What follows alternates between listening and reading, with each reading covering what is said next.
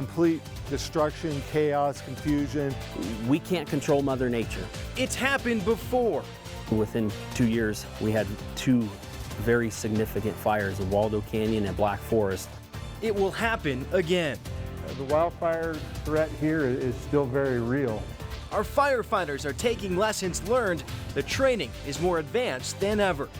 It's dirty, it's hot, it's extremely exhausting. The work is more intense. It's long days, long hours.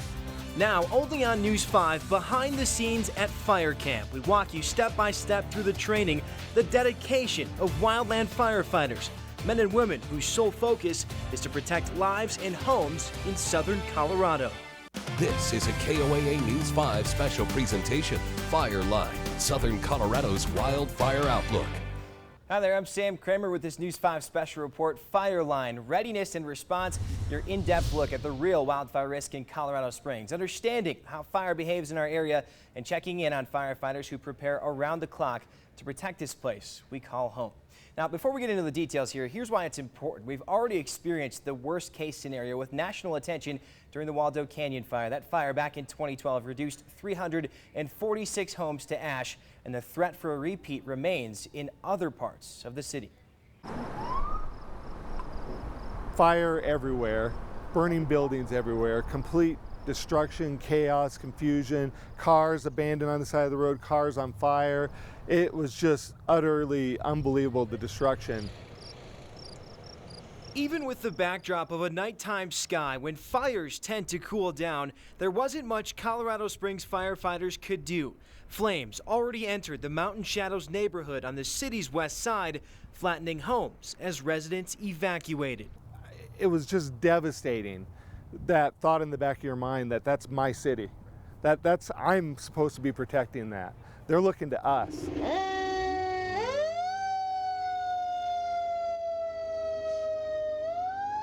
Their work was only beginning. It was the first full call-out in the fire department's history, and rightfully so, as flames jumped from house to house. Some of the fire behavior was things that I'd never seen before. 18 days passed before the Waldo Canyon fire was finally contained, and the damage was already done.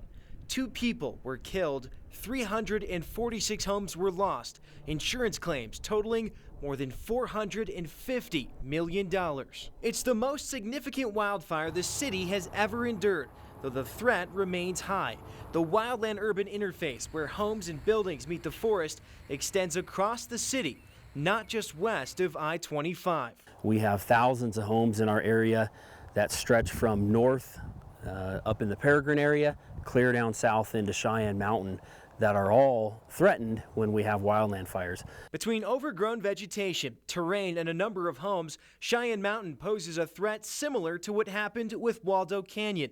It's a completely different threat on the east side of the city, where the speed of grass fires is an even bigger problem. Those fine, flashy fields, the grass and the shrubs burn quick, and the wind blows a lot harder on that side. So it has the potential to take out a lot of infrastructure and homes before we can get our resources in the right places. That's why CSFD trains all of its firefighters, including those just joining the ranks, on the basics of wildland firefighting. We're more of when this happens instead of if this happens, so we've always planned for this to happen. So when Waldo Canyon took place, we were ready for it simply because it's when it's going to happen.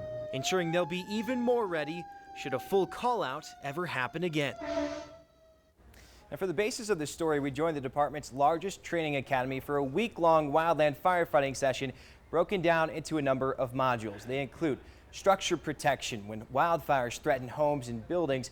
Firefighters also learned how to use pumps and hoses in the field, as these fires often burn in areas where water is limited. Now, to that end, we spent time practicing how to drive some of their wildland trucks, those brush trucks, in rough terrain. The week ends with a mock fire scenario where all of the classroom learning from the first part of camp is put to use on simulated fires, but nothing is more important than this right here, fire behavior. It's the first lesson taught in camp, as understanding the signs a fire is giving dictates how best to fight it. Check it out! Wow, look at that.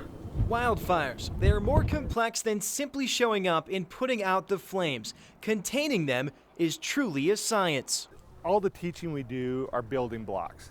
We want to build a really good foundation. So they need to understand something about fire behavior and what causes it. The foundation lies in knowing what the fire is doing through a number of signs it can give. For instance, how fast it's moving, the color of smoke rising from the flames, even the direction of that smoke all tell firefighters something. They also tie into the weather associated with that fire. We look at the fire, we see where has it been, where is it right now, where is it going based on primarily weather. So the biggest factor there is wind, but also going to be relative humidity. Wildfires need 3 elements to ignite: oxygen, heat, and fuel. So high temperature days when our fuels have dried out, combined with heavy winds, provide an ample opportunity for larger growth. It also dictates how firefighters will respond in removing one of those elements either directly on the flames or indirectly, establishing a larger perimeter around the active fire to contain it. We can't control Mother Nature. We can't control the terrain, the topography we're working in. We can't control the weather, but we can control the fuels. And so that's what we do, and that's what really most of our tactics are designed around. Another factor particularly important across southern Colorado is terrain and knowing how fire behaves in certain spots. Generally, fire burns faster moving upslope than down, while canyons, especially narrow ones, pose a huge hazard as the winds accelerate through them, spreading flames at a faster pace. They're also keeping a close eye on flame lengths, the literal behavior of the flame, and fuels it's burning through. Firefighters are at their best fighting flames on the ground, so if a fire reaches the top of trees known as crowning, it becomes much harder to fight, and in turn, requiring a change of tactics moving forward. Now, most of us are familiar with what a fire department's response to a structure fire looks like, but it's completely different in wildland, where firefighters must be mobile in case of a sudden change on that fire, and they don't really have the resources to enter a burning building. Their primary objective: protect as many savable homes as they can. The Waldo Canyon fire made the Mountain Shadows neighborhood look like a war zone. Their streets lined with burning homes, increasing damage, stress, and the fire's size. The buildings themselves, the structures, can become fuel. And that's what we experienced on the Waldo fire, was that those buildings themselves were actually propagating the fire further and further into the city. El Paso County and the city adapted fire codes following that fire, banning wood siding and decks on new construction. With nearly half of all Coloradans living in the wildland-urban interface, the demand to protect structures is as high as it's ever been. But firefighting manpower, even with the benefit of time, can't keep up. We can manipulate the fire environment to make sure that it's not only safe for us, but safe for the structures in the fire environment, so they can almost protect themselves, because we don't have enough firefighters and there's not enough fire engines in this state to put one in every driveway and protect them as the fire hits. The structure triage and structure protection. That's what we need to be good at as Colorado Springs firefighters when you guys come out. Since Waldo, CSFD established a structure triage plan so firefighters can quickly evaluate structures, decide how best to protect them, and carry on. Captain Steve Oswald taught that plan as part of our field exercise, speaking from experience on Waldo, the Black Forest fire, and more. We had homes that we saved, homes that were standing one day, and then we're on the ground the next day with no fire front going into them. Now, firefighters must decide whether the building fits into one of 3 categories: not threatened, threatened and defensible, or threatened and not defensible. That category dictates their response. If it's defensible, firefighters scan the property, looking to remove any fuel that could potentially ignite the structure and establish a safety zone to go to if needed. They may also spray the building down as well as the ground around it to cool it before the fire hits. But if a property has no defensible space, is fire prone, and can't be safely protected, firefighters will examine other structures that carry a lower risk. Structures are important. People's valuables are important.